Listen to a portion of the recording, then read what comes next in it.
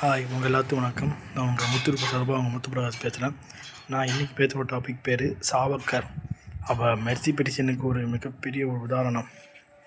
So அந்த சாவர்கர் வந்து என்ன பண்ணியிருக்காங்கன்னா, அதிமுகவுடைய எம்எல்ஏக்கள், அதாவது தாவேக்காக ஆதரவாக ஓட்டு போட்ட 25 எம்எல்ஏக்கள் 21 பேர் நாங்கள் வந்து அப்பாலஜி பண்ணுறோம், தெரியாமல் ஓட்டு போட்டோன்னு மன்னிப்பு கடிதம் எழுதி சபாநாயகர் ஜேபிடி பிரபாகர்கிட்ட கொடுத்துருக்காங்கன்னா. ஸோ இதனால் வந்து 21 பேர் மீதும் நடவடிக்கை எடுக்கப்படாதுன்னு சொல்லியிருக்காங்க. மீதி 4 பேர் மீது நடவடிக்கை எடுக்கப்படும் இருக்காங்க. ஸோ தமிழ்நாடு இப்போ ரொம்ப ஒரு மோசமான ஒரு இதை நோக்கி போயிட்டு அதிமுக அழிவை நோக்கி கற்பூரம் வந்து கரைஞ்சிக்கிட்டு வருது.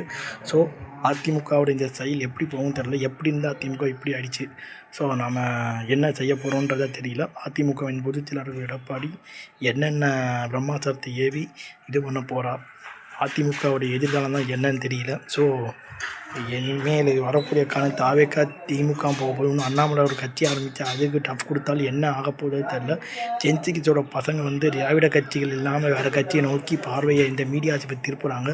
ஸோ என்ன நடக்க போகுது எடப்பாடியுடைய அதிமுகன்றதை பொறுமையாக வந்து பார்த்தான்னு சொல்லி என் வீடியோ நான் முடிச்சுக்கிறேன். உங்களுடைய பேர் முத்துப்பிரகாஷ். பாய்.